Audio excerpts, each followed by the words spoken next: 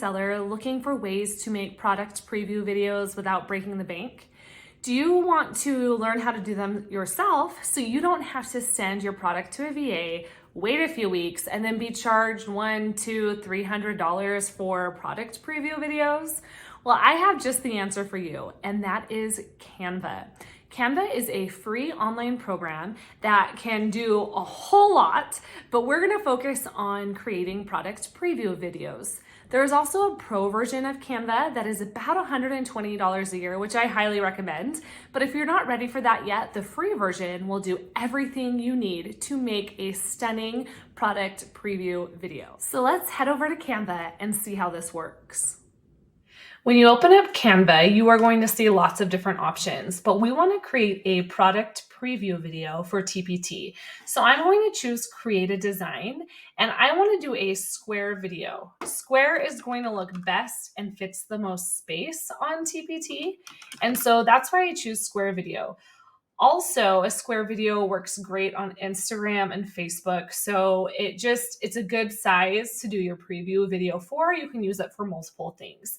Now I'm going to show you how to create a preview video from scratch, and then how to create a preview video using Canva's Magic AI. They call their AI Magic Studio, and we'll get to that in a moment. Once you have your video open, you may want to title it what you're working on so you can find it in Canva again. Things get lost really quickly in Canva. So this is, for me, this is an invention lap book video.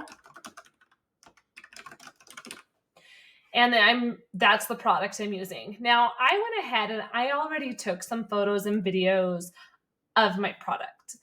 I have a space in my office where I do that. I have a ring light, I use my phone, and I take some quick videos and photos. I can edit all those photos in Canva. I can do everything I need in Canva. Don't be afraid to take your own pictures, to take your own video, and then create your product video. Your phone has an amazing camera to do this. That is all you need to take those photos and videos. Now, next, I'm going to come to my uploads. I already uploaded some pictures for this as well as a video. So I want to start off and have the title of my product. Maybe I want to make a cute background. Let's make it look like a desk mock-up. So I'm going to go to Elements, and I'm going to look for a wood background. Now, if you see the crown, that means it's a pro element and you have to pay to have the pro account, but you can definitely find free ones. None of these have crowns on them, and this looks like a desk to me. So we're going to go ahead and we're going to use this as our background. And I'm going to add some text. In fact, I want to make sure I'm using my brand font. So I'm going to choose my brand font. I added a brand kit into Canva. If you don't know what that is, we can discuss it later, but a brand kit is an awesome feature for a pro account in Canva. So this is called an invention lap book. And then I'm going to have a subtitle here. And that might be hard to read, so I might do everything in that big, bold font, but we'll see. And I can add some effects to this as well. So let's add, maybe we want to do a splicing, not a splicing, that doesn't look great. Maybe an echo, and I can add one of my brand colors as the echo. And then for invention, maybe we want to have an outline, and we'll do a white outline. That kind of looks nice. We can do something like that just to make it stand out. And let's go ahead and make lap book maybe a little bit bigger. Invention lap book. And I can squeeze these letters together a tad bit more. I just didn't want the K going off as much, and I wanted that L between the V and the E. Okay, and in fact, let's see. I think I want to do more the pink is going to match the project that I'm doing. Now I'm going to take some PNGs of the product. These were just the picture images that I took right from my PowerPoint. And I'm going to put these on here to look like paper. And I may want to add some shadow effects to these to make them stand out a little bit. So I'm going to click on each image, do shadow. I like the drop shadow. The glow usually looks nice too, but this is a little bland. So let's add maybe some bright paper behind this mock-up for our title page. So I'm going to go to Elements and I'm going to choose paper. And what I can do, because this looks white, I can edit the photo by going to duotone. Once you're in duotone, you can change the color of that paper, and you can even come down here to highlights and you can put actual brand colors there so it matches your brand. So I'm going to do that, and I'm going to get go into my Canva brand kit and get those exact hex codes for my brand. So I took my hex code and I am going to paste it here. And now I have that bright pink color. And I can take this paper and I can put it back behind here. And I'm going to right click layer and I'm going to say show layers. And I want the pink to go behind here. Then I can adjust these however I'd like. Maybe I need this to be a tad wider. And then, yep. And then let's go ahead and let's duplicate that.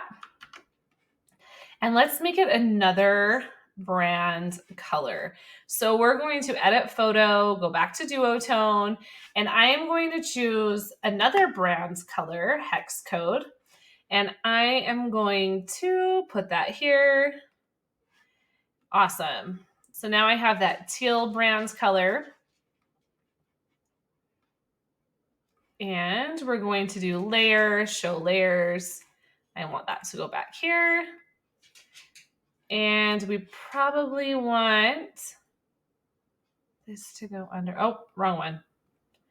To go under here. There we go. We'll do that, but I may want to make it a tad bigger. Now it might be fun to also add a plant or a pen or a pencil. I have some saved in a folder on Canva called mockups. So I'm just going to go ahead and take this plant here to give it more of a desk look, right? And we can put it like that. Already has a shadow to it. And let's add a pencil. If you hold control, you can drag these around and they won't jump around your page as much. Now I'm going to also add a shadow here. Let's do a glow shadow. Okay, so this is my first page in my video. It is the introduction to my video. I can now animate it. I can animate each individual piece. So I kind of like the typewriter when I'm doing words, and then the lap book, we can maybe do something where it breathes in. Burst, that's kind of a lot.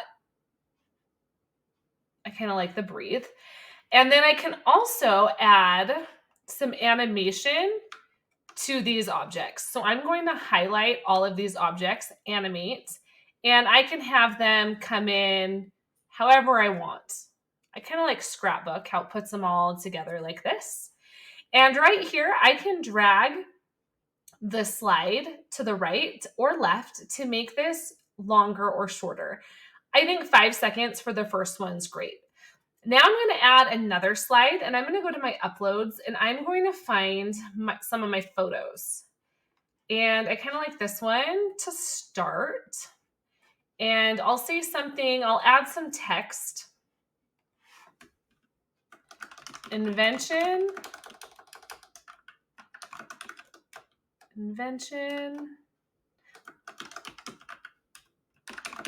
Lap book and lesson. I don't know why it's telling me that's spelled wrong. Let's try this. Invention, lap book, and lesson. Now it's kind of hard to see, right? Like this. So there's a couple of different things you can do. You can add an effect and you can add the background here this way, which I kind of like. Or you could add a shape behind it, but I'm just going to do it this way. And again, I'm going to animate it. I do like the typewriter effect, so we're gonna do that. Then I'm gonna come to the next one, and maybe I'll try and switch it up, and now I'll add a little bit of a video to show what's included in the lap book. So I'm gonna go to my uploads, videos, and I'm going to add my video. Now it's going the wrong way, so I'm going to have to adjust it. I'm gonna have to zoom in a little bit. I also don't want this sound because it's just me opening and closing. And I'm going to zoom in a little bit on this video and probably add some text up there at the top so you can see it. And I'm not going to do the whole minute, or I might speed it up a little bit. You can see when I selected the video and clicked playback, I can speed it up, and now it's going double speed. And I like that because it's faster. We can see everything that's included. For a preview video, someone might actually sit and want to watch through that whole thing. But what I might do is I might just show the foldables first, and then this center part here, I'll get to next in the next part of the video. So maybe I'm going to cut off and trim that first part here because it was a little wiggly. I think my phone stand was wiggling a bit, but that's okay. So we'll show the flaps here and everything that's included.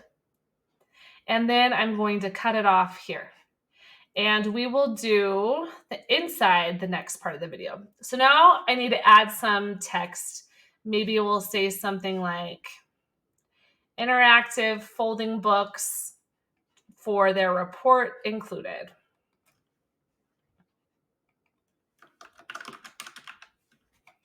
Let's make this bigger.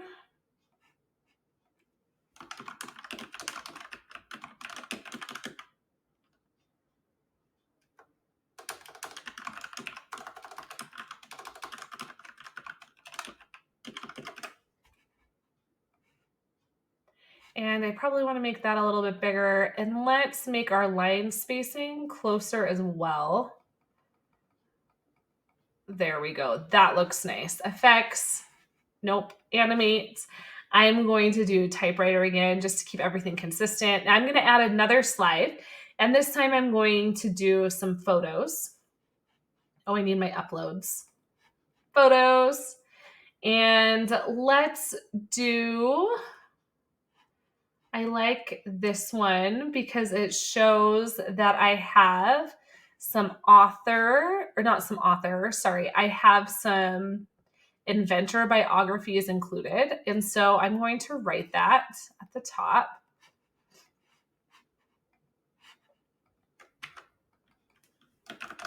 Inventor bios included. And you can see which ones are included. There we go. And it already has typewriter for the words because I copied and pasted it. Let's add one more photo and say an inside look of the report.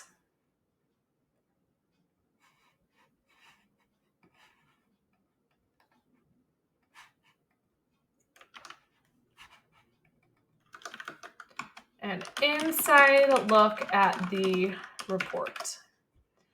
And I want to keep the size consistent, so I'm just going to do letter spacing a little tighter. And now we're going to add that video, but I'm going to trim it this time to the end where I show the written report part. And we'll put graphic organizers and space to write your report included.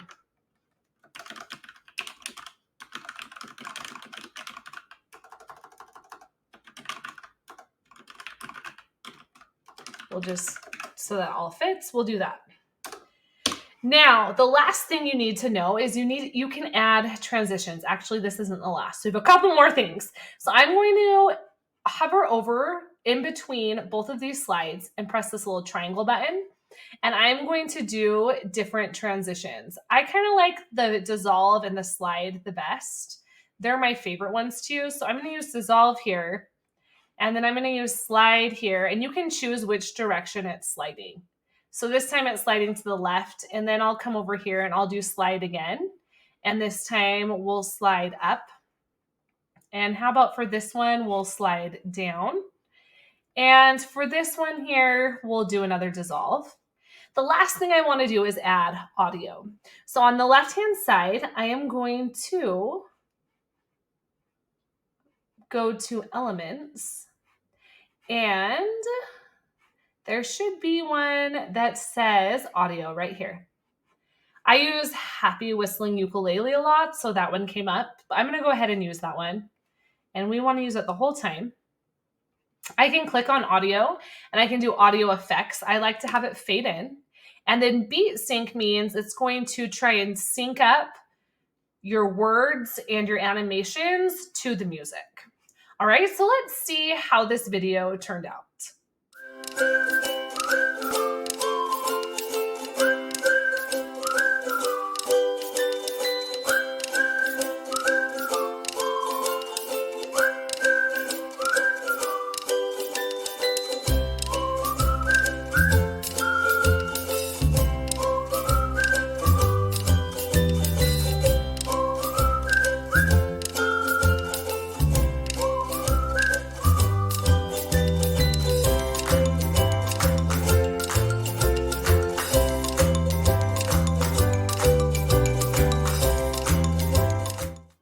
Now that I've shown you how to create a video all on your own, I want to show you how to use Canva's AI and create a video.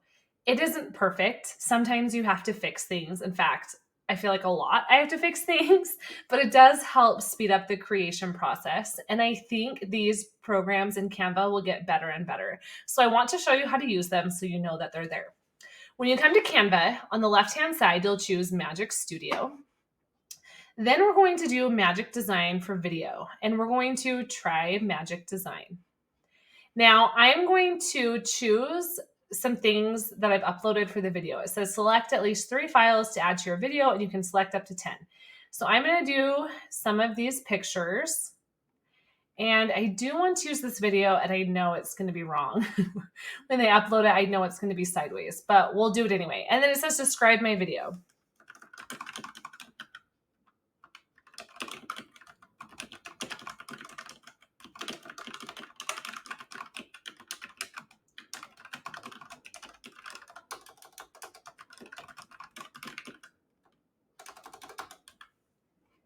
This is a little limiting because it doesn't let you type a whole lot. So we'll see what it produces for us. The first thing is it created our video as a real size, which is fine, but I do want it to be square. So in a minute, I am going to use the magic switch and resize it to square. But what's great is I can also keep the real size and then post it on Instagram if I want. I also don't like the colors that it's using. They're not my brand colors, so I changed that too.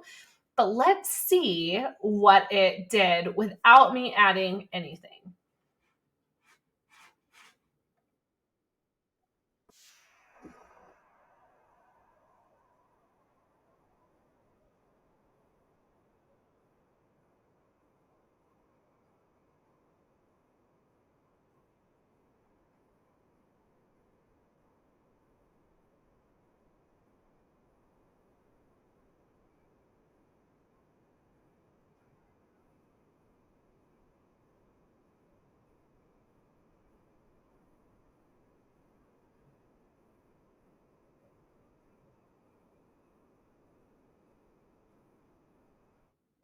So right off the bat, I actually loved it. It only saw a few things I needed to fix. So let's go over those.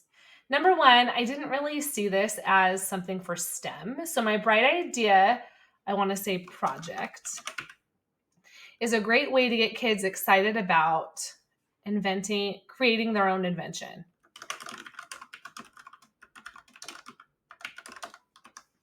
And I do want to make this a little bit smaller. And I don't love the blue. So we're going to go to effects and probably just make it black. That looks way better in my opinion. So I did like this. This is all correct. It is for grades 3 through 5. And it has this cute little arrow here.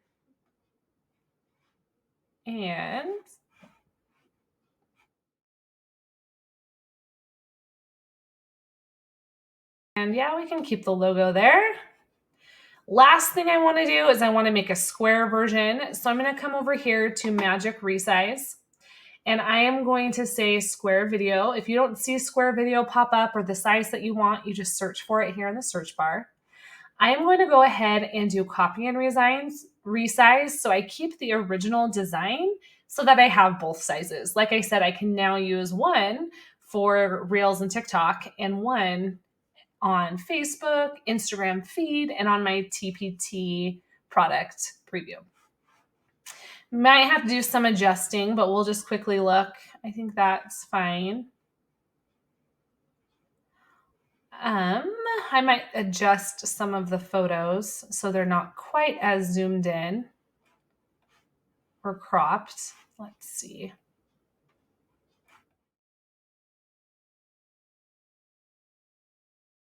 Let's take a look at what the square video looks like now.